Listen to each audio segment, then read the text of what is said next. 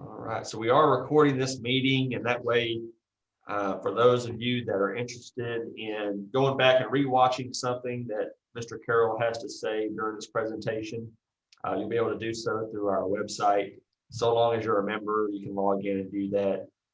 Definitely want to welcome everybody here today.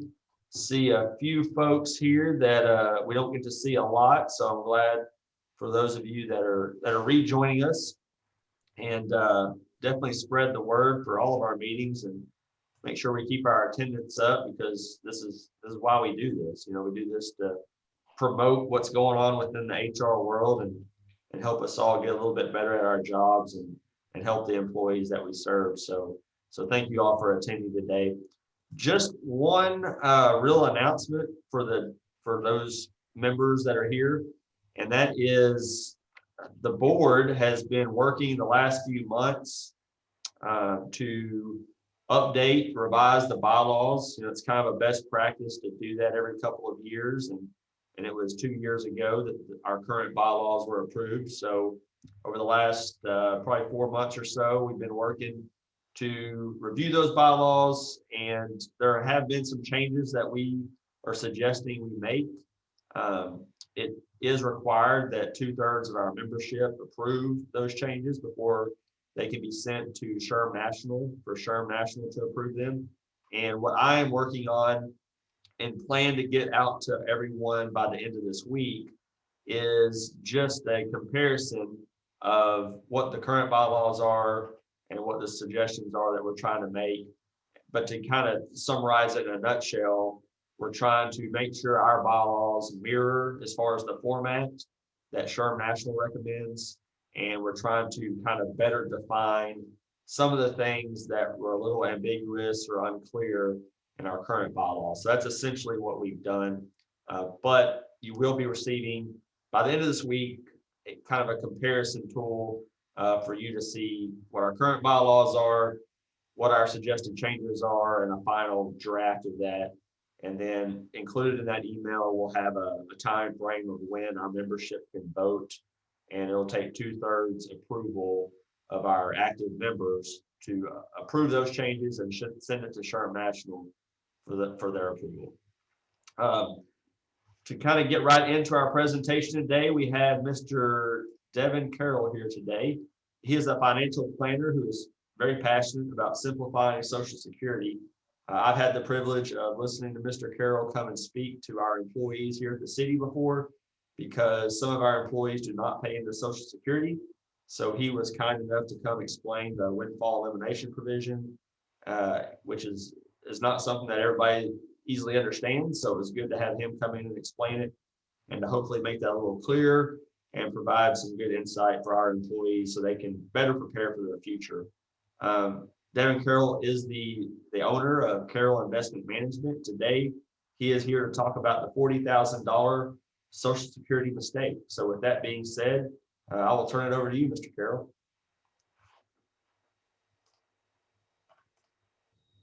I think you're muted right now, Mr. Carroll. There we go, perfect. And I was just about to say, let me get some house cleaning out of the way, make sure my audio and video is okay.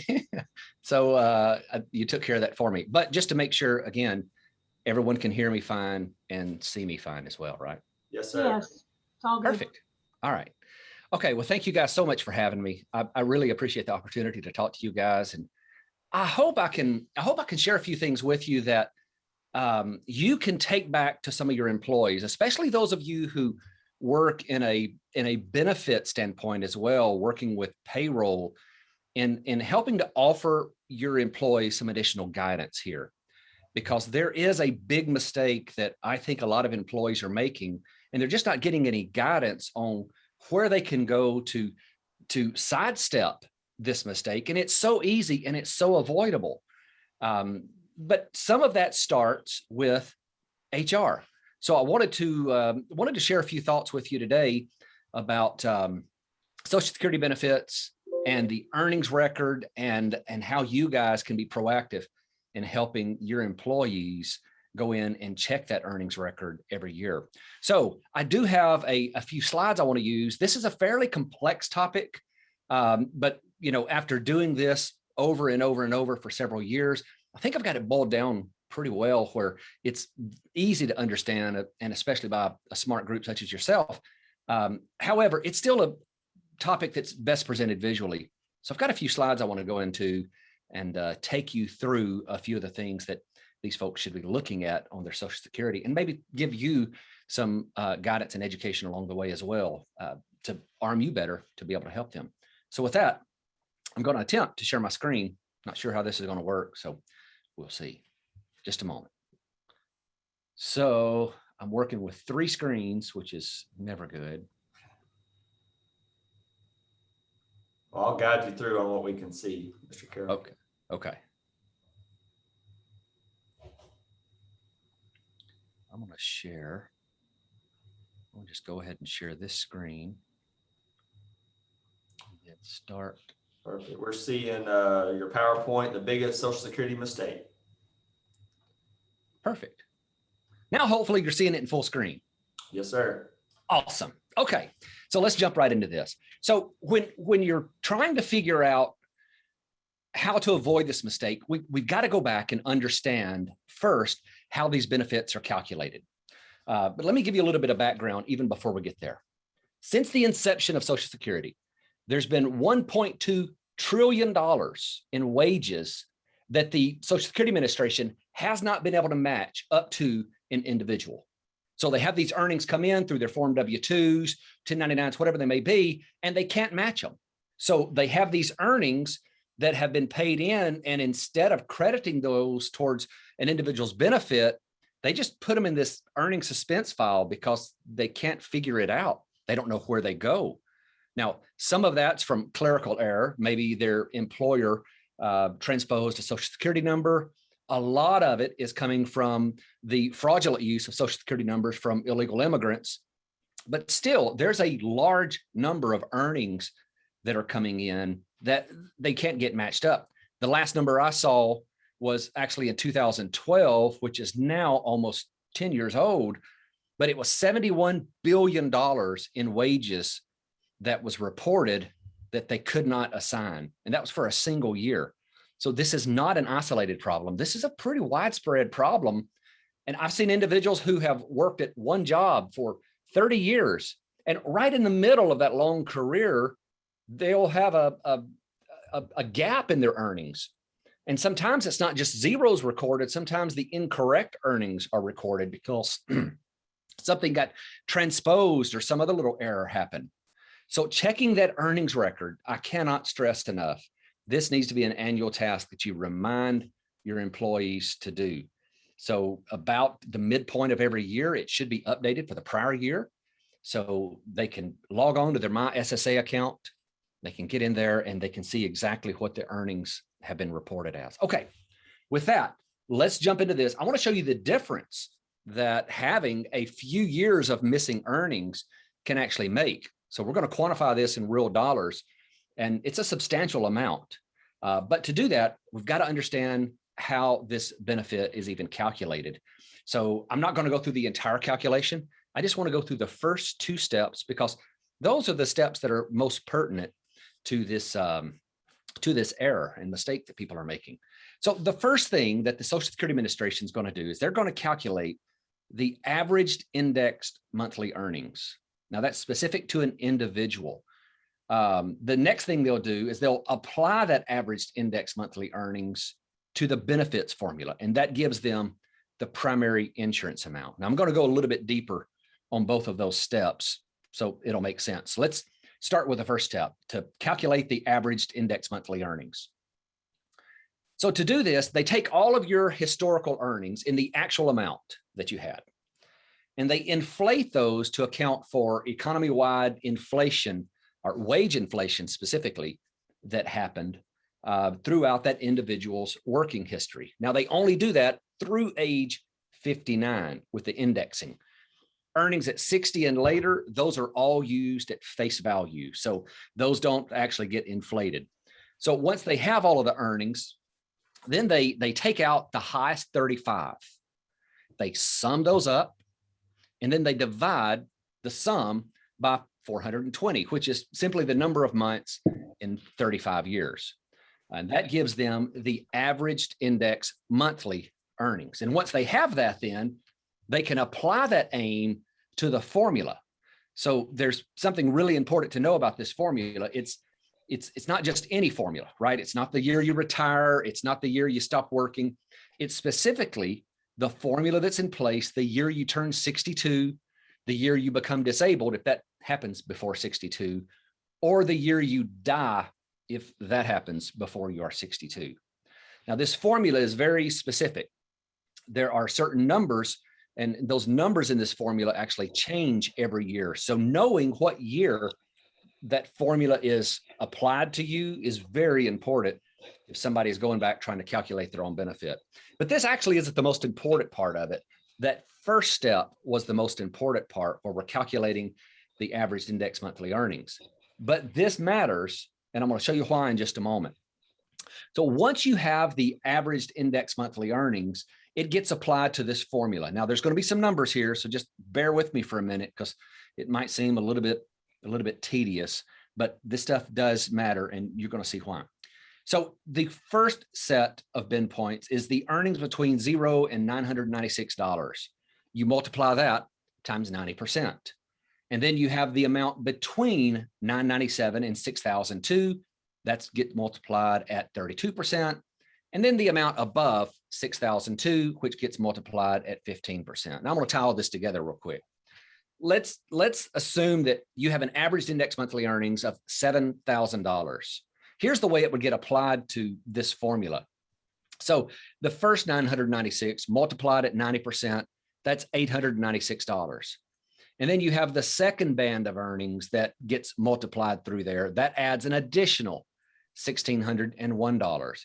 And then there's just a little bit left that's over that 6,002, which gets multiplied at 15%. And that gives you $149. Now you add all of those up, and that's where you get your primary insurance amount. That's the amount that you can draw at your full retirement age. But that's not all that number is used for. It's also used for the calculation of spousal benefits, survivor's benefits, and anything that can be paid to your children, and in the calculation of the family benefit maximum as well. So that number, that PIA, primary insurance amount, is a very important number. And if you foul that up, then you're going to have trouble in collecting the right amount of benefits that you're supposed to get. So let's take a look at an individual who, see if I remember the way I set this up. It was an individual who has exactly 35 years of earnings. Those 35 years of earnings were directly correlated to the national average wage index. So, I could have exaggerated the numbers and gotten someone in there that was highly compensated, but I didn't do that. I got someone whose, year one earnings were around 16,000, and the last 2019 was the last reported year, around 54,000. So it was in that range.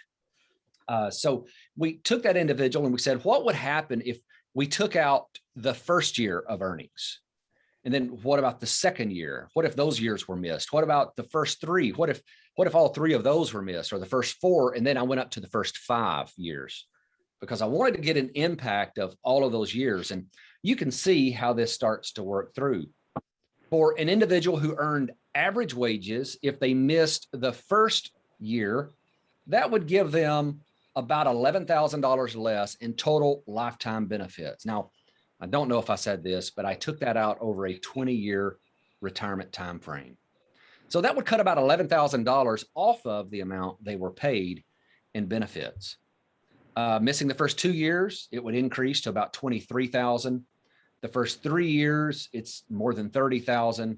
4 years, and then at 5 years, it's $55,000 and some change. Now, right offhand, over a 20-year period, I don't think anyone wants to miss $55,000, but that's not typically where this ends. Where this ends is that PIA is also keying off your spousal benefits. And so if you have a spouse who's going to be receiving their entire benefit as a dependent spouse, then you're looking at a lot more than these numbers here. In fact, it would work out like this. You're at almost 20,000 for missing the first year. You're over 30 for missing 2 years, First 3 years, you're right at 50,000 already. You miss 4 of the first years, and remember those are the lowest earning years as well. You're almost 70,000, and missing the first 5 years, it's $83,000 in lifetime benefits that are lost. So that's a pretty serious deal. And yet most people just make the assumption every year that, well, my earnings history is correct. I don't need to worry about going back and checking that earnings history. But it's not. I can tell you that these mistakes happen, and they happen fairly frequently as well. So it's really important and crucial for these employees to go out. If they don't already have a My SSA account, they need to get one. There's a number of reasons they need to get one, but one is certainly going to be to check their earnings history. They can check their estimated benefits. But the other thing is, the commissioner of the Social Security Administration is encouraging everyone to get an account just simply based on the level of scams that they're seeing. So for every year that you get it and you secure that account, it's keeping someone else from being able to set that account up for you. So I think it's really important to set one up. And then once it's set up, you can go in every year and you can check your earnings history right there. Generally, you'll see it. Since this screenshot, I think the website's been updated, but it's going to say something like that. And I do know that it's still on the first page of the website where it allows you to view your earnings history. So with that, I'll be happy to open it up to questions. I just wanted to give just kind of a short shout out here to say, get your employees to check their earnings history. If there's one thing I could get people to do, that would be it. So with that, any questions for me? What's the maximum amount you could ever receive under Social Security? I'd have to look at the table for this year. It changes every year. It's generally just a factor of, let me stop this screen sharing real quick. It's generally just a factor of someone earning the maximum table earnings every year. And I think right now at full retirement age, it's going to be around $3,000 per month. Thank you. You're welcome. So Mr. Carroll, can you kind of explain to people how they would go about trying to start the process of correcting this if they notice an error? Yeah, it's a good question. So the Social Security Administration says that they have 2 types of evidence of wages. One is primary evidence of wages, and one is secondary. So primary is going to be tax returns, W-2s, 1099s. Secondary wages will be up to a verbal authorization from the employer that, yes, this person worked here. So what we've run into in the past is individuals have tried to correct their work history from 20 years ago, and they don't have tax returns, W-2s, all of that's gone. Even the IRS doesn't keep them at that point. The Social Security Administration is not going to help you here. Even if they see those earnings in that earning suspense file, you're still going to have to prove to them that you actually earned those wages. So really important to understand what their primary and secondary evidence of wages are. That way you can go back to them, use their own rules and say, this is what you need to get from this employer to be able to reinstate my earnings. There's a form they either may fill out for you. It's the SSA 7008. You may need to fill it out yourself, but the first spot to go is just to get with the Social Security Administration and let them start guiding you through the process. But if you get any pushback, that's when it's time to get out the rules and say, no, here's why you need to do this. And then have you ever had any instances where someone's trying to correct wages from 20, 25 years ago and they don't have their W-2s like you stated, but the employer is also out of business? Yes, we have. We certainly have. I know in one case, I don't think we were able to get it fixed. I think the person just stopped trying. But in another case, we were able to find the owner of that company who wrote a letter to the administration. And as far as I know, they accepted that letter. Okay. And that's why I think what Mr. Carroll is saying is so important to try to educate your employees every year to remind them to check it, because while I mean, I work for the city, so I mean, the city's not going anywhere, but some of you may work for a private employer that in 20 years no longer exists. It may be hard to track that stuff down. And, you know, Mr. Bramlett, I would tell you too, that for your city employees, the ones who do not pay into Social Security, is probably even more important for them, especially your firefighters, who most of which work second jobs. They want to make sure that those second earnings, if you have any employees anywhere that have non-covered earnings, I don't know if we have school district folks on the call today or not, but if those people are doing work outside of that non-covered position where they're not paying Social Security, they need to make sure they're receiving the proper credit for those covered wages that they're earning in that second or outside job. Because the windfall elimination provision, which is a provision that it applies only to people who have a non-covered pension where they didn't pay Social Security tax. The effect of that penalty diminishes as you have more covered earnings. So it's really important for those individuals to monitor that vigilantly and make sure they have all of the earnings they're supposed to recorded properly. Yeah, I actually fall into that category. I work for an independent school district here in Texas for 8 years, and there are a few school districts out there that pay into Social Security, but as you probably know, most of them do not. Yeah. And so, yeah, what you're talking about will certainly impact me when the time comes to try to draw Social Security. It's a nasty mess, that's for sure. Are there any other questions for Mr. Carroll? So I did see where I don't want to take this topic off on the conversation of the windfall elimination provision, because I know that doesn't apply to everyone, but I do see that someone just made the comment that we pay into Social Security and TRS. So I'm not sure who that is. Yeah, that's somebody that works for Texas A&M University, it looks like. Okay. I'll say this though, if that's Texas TRS, I'm assuming, and that gets things really, really complicated when you're dealing with someone who participated in Texas TRS in a non-covered position, and then also participates in Texas TRS in a covered position. So if anyone has come from a school district that doesn't pay into Social Security and then goes to Texas A&M, things get messy, and generally speaking, the Social Security Administration will screw up their benefit. So if there's any of those employees out there that are having issues, they need to check and double check the rules to understand exactly how their benefit should be calculated. Sure. Yeah, great point, Mr. Carroll. Well, it feels like it feels like that was extremely short, and I knew I flew through some information. So if any of you guys have additional questions, don't hesitate to reach out. My email is somewhere. I think you guys probably have it there. Yeah, we But, can share it.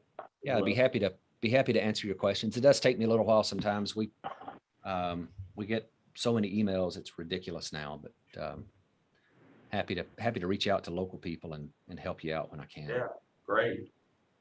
Well, just a couple of announcements or to kind of follow up on some things to make you all aware of, since we do have a few minutes.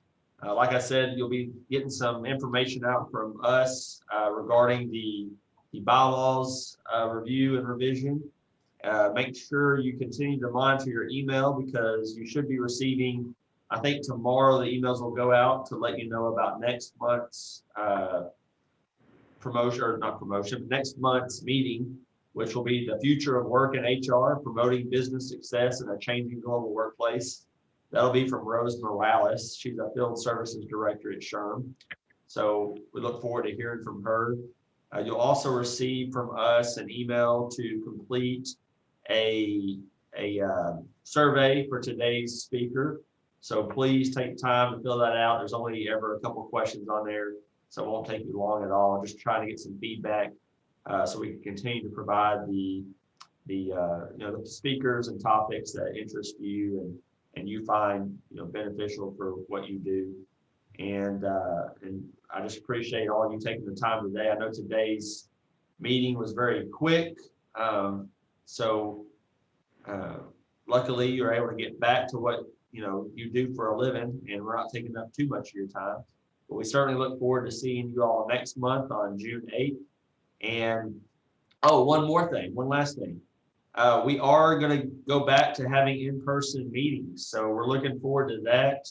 We're planning to do that in August, I believe, is what we finally settled on, unless, obviously things change between now and then, but we'll continue to work to provide the meetings accessible through Zoom. So that's something else that we're working to make sure we can make that possible, where even though we're returning to in-person meetings, which will again take place at Texarkana College in the same room that we always were in, we'll still have the meetings accessible through Zoom. So we can provide both avenues for you to attend if you don't feel comfortable attending in person. Good, because I'm in Fairfield, Connecticut, so thank you. Oh, great. Well, is your name Donnie? Yes. So I'm just curious, how did we attract you from Connecticut, Mr. Walker? You've been sending me emails for a while, and I'm somebody who's near Social Security full age, and this was interesting to me. And I didn't know what tri-state was. Now I understand. I thought you were up in Massachusetts. I didn't know you were in Texas. It doesn't matter. Okay. With Zoom, we can go anywhere. I just like a lot of the things you offer, and they're different from my local group here. I'm a member of both SHRM, Metro New York SHRM, even though I'm in Connecticut, National SHRM, and I'm also a member of SEEBS and Metro SEEBS in New York. For both of those, I'm a benefit expert. Is really my field. Okay. Well, great. Well, we're glad to have you, Mr. Walter. Thank you, sir. Well, as we get closer to August and returning to in-person meetings, we'll make sure, everybody is up to speed on what the plan is for that. Because it will be a little bit different, but we definitely feel the importance of getting back in person, and we've just been trying to wait to do that as safely as we can, and working with Texarkana College when the room was available for us to be able to go back onto their campus. And obviously that's subject to change depending on their protocols, but hopefully we'll continue to be able to work with Texarkana College, use their meeting space, and then still provide these meetings virtually through Zoom. So, if you're unable to travel or got a crazy schedule, you can still attend virtually. Is there any other comments or questions for me before we break for the day? All right. Well, again, thank you all for attending, and we will see you next month on June 8th. Bye-bye. Thanks, JW. Bye. Thank you.